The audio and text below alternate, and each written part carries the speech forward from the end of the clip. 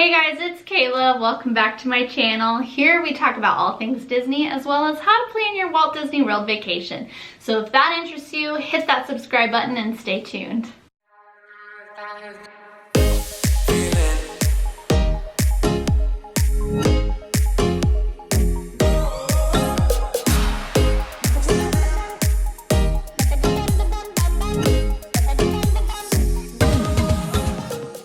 Alrighty guys, welcome back.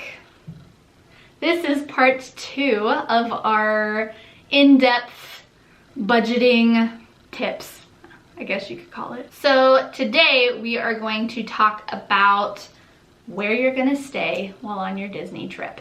So that is going to include your lodging on your way and while you're there and all that stuff. So let's dive in. Okay, so the first one is your en route lodging. So we kind of talked a little bit about this in the last video, but if you are driving or you are taking multiple days to get to Disney World, you are going to need to budget for those nights, those hotel nights. This is going to hopefully be cheaper than your actual stay in Orlando. If you're planning on making the journey to Orlando kind of a big part of your trip, then yes, you can totally splurge just a little bit on your hotel to make sure that it has some fun amenities so that way you are enjoying where you're staying.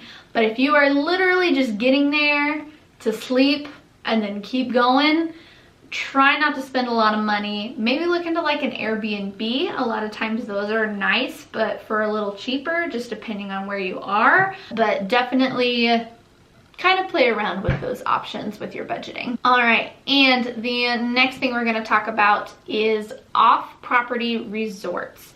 So there's a big old debate on staying on property versus off property. And I'm an on-property person, but for those of you that are staying off-property, that is a really great option if you are really wanting to save some money.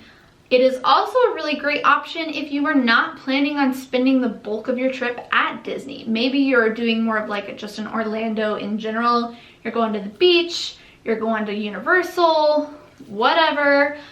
A lot of times off-property resorts might be a really great option for you. A lot of times these are going to be a lot cheaper than Disney resorts just because even a Disney value resort, which is like their cheapest tier, is still going to run you almost $200 a night, depending on when you're staying.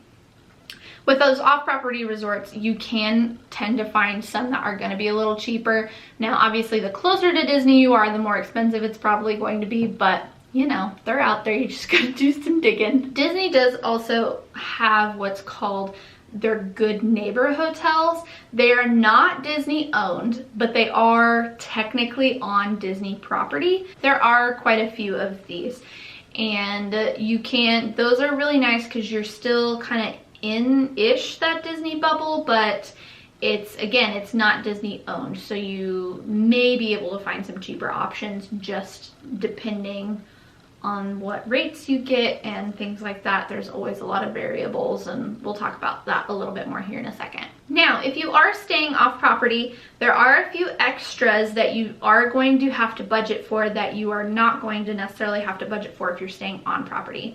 And the biggest one is going to be shuttles or like a rental car, things like that. And basically, how are you getting to the parks or getting around? You are going to have to make sure you incorporate a few of those fees and kind of know beforehand. And this may also be a good way to help you outweigh, is staying off property actually going to be cheaper than staying on property? The other thing that you want to budget for with this is parking fees. We talked about this a little bit in the last video, so it is kind of part of that, but you definitely want to make sure that you have those incorporated into your budget if you are planning on staying off property, because if you are driving or have a rental car, you will have these fees. You may even just have, if you're not necessarily driving to the parks, maybe your hotel does have a free shuttle. Sometimes your resort does have like those, have like its own parking fees, so if you drove there and all that stuff. So A lot of that stuff, it's kind of case by case, but you do just want to make sure that you have those in your budget. Okay, and the next one is, of course, on property resorts. Now, I have a whole video talking about what the different tiers are and what the differences are. So if you haven't seen that video already, I will link that up above. So make sure you go check that out. But basically, you have anything from really cheap to very outrageously expensive. And so it's kind of hard to give you guys like a good estimate on what it will be, because really your room could literally be anywhere from $200 to like $5,000 a night, just depending on where you're staying. Whatever. So what you'll really have to do if you are staying on property is decide what hotel or hotels you may be staying at. Maybe have a range if you have a few hotels that you're trying to decide between, or if you're doing a split stay, that's a whole nother thing. You need to make sure that you have your price for your first hotel and your second hotel and your third if you're staying at a third, or however you're doing it. So the nice thing is Disney makes it really easy to find the prices for your hotel, so very easy to figure out how much you're going to be spending. Now, a really important thing with this, and again, I'll talk a little bit more about this in a second. When you are budgeting for this, do not account for discounts in your budget. You need to budget for the rack rate or the full price rate. I will tell you why here in a second, but it is very important that you basically over budget for your room. Which brings me to my next thing, and that is discounts. Now, this is not something that is going to be on your budget. However, it is something that you kind of want to have sitting and floating in the back of your head. This is also going to help you make some good decisions on where you might be staying. Disney often will come out with discounts of their own for their own rooms. It is very rare that you should have to pay full price for your room if you're booking directly through Disney. They very, very often will offer those discounts, and they have them right on their website. If you just literally go to the Disney World website and type in discounts, there's like a whole page of them. So make sure that you are checking that out periodically. If you book your vacation, you can always have those discounts applied later. And honestly, I recommend that. I recommend booking your stuff as soon as you know you're going, and then later adding in those discounts or adjusting your reservation, because you'd much rather have a room in your name that you have to pay full price for than getting there too late and not being able to find a room and paying way more for something because you didn't book it sooner.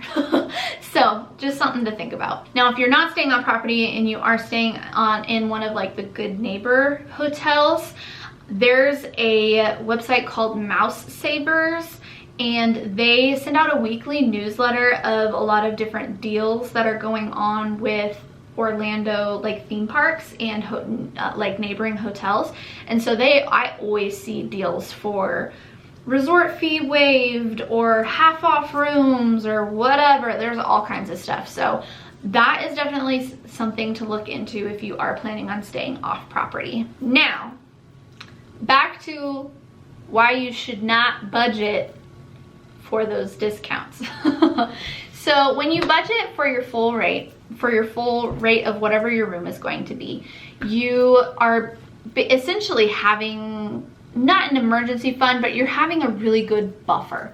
That way, if something were to happen, like you needed to change your reservation suddenly, or maybe a discount doesn't come out for your hotel, then at least you know that you have enough money saved that you can actually pay for your hotel. If you budget with those discounts in mind, you're going to essentially under budget, and you're going to find that, I mean, it may work out in your favor, but it may also not work out, and you may not have enough money to pay for your hotel, which we don't want that. So always over budget. Always. And this is always my tip for everything, whether it's flight or food or hotels or whatever. Always over budget for everything, because the best thing is when you get to come home with extra money, The worst is when you have no money. All right, so the next type of thing to consider, so maybe you are staying on Disney property, but you're renting DVC points.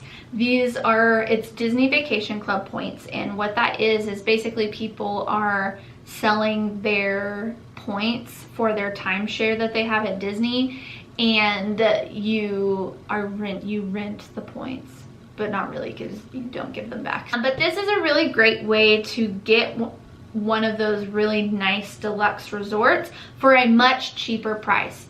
Is this going to save you money in the long run? Maybe, maybe not. It really just depends. If you were planning on staying at a deluxe resort anyways, yeah, it'll probably save you money. If you were originally maybe thinking of staying at a value resort, no, it's not going to save you money. But basically the purpose of it is to be able to stay at those deluxe resorts for a cheaper price. Now there is a catch with this, and this is again where it's really important that you very carefully budget for this if you plan to go down this road. Many times those rental companies require you to pay most, if not all, of the amount for your trip. Depends on how long you're staying, but that can be a lot of money. It can be thousands of dollars that you are gonna have to pay up front. And the other thing with this is that you have to book these really far in advance. Usually, I would say probably at least 7 to 11 months out if possible, just because the availability, those are in such high demand that they go like that.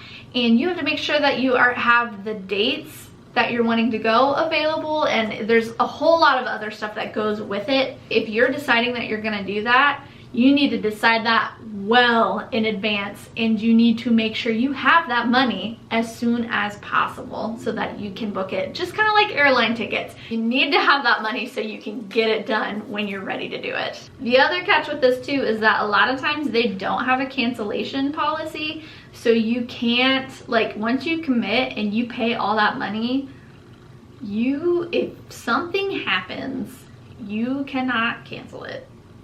And if you do cancel it, you usually will not get your money back. So it's one of those things that this can be a really, really great option.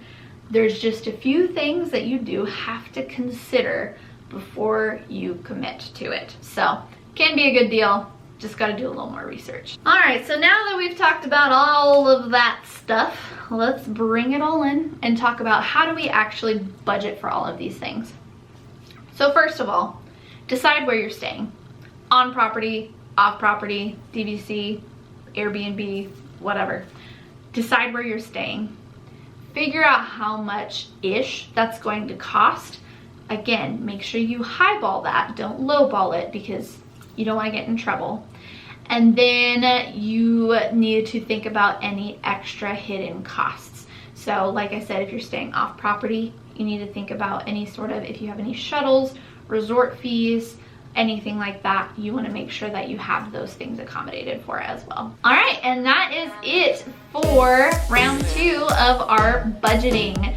Do you guys have any questions for me about budgeting, especially for your resort? Leave those down in the comments below. I would be happy to try and answer those to the best of my ability. And if you enjoyed this video, please make sure you do give it a big thumbs up. I do have more videos in this series coming out. Next time we are going to talk about admissions, so that is going to be like park tickets and tours and all of that fun stuff. So make sure that you are subscribed so that you don't miss out on any of that content. But other than that, we will see you guys next time. Bye!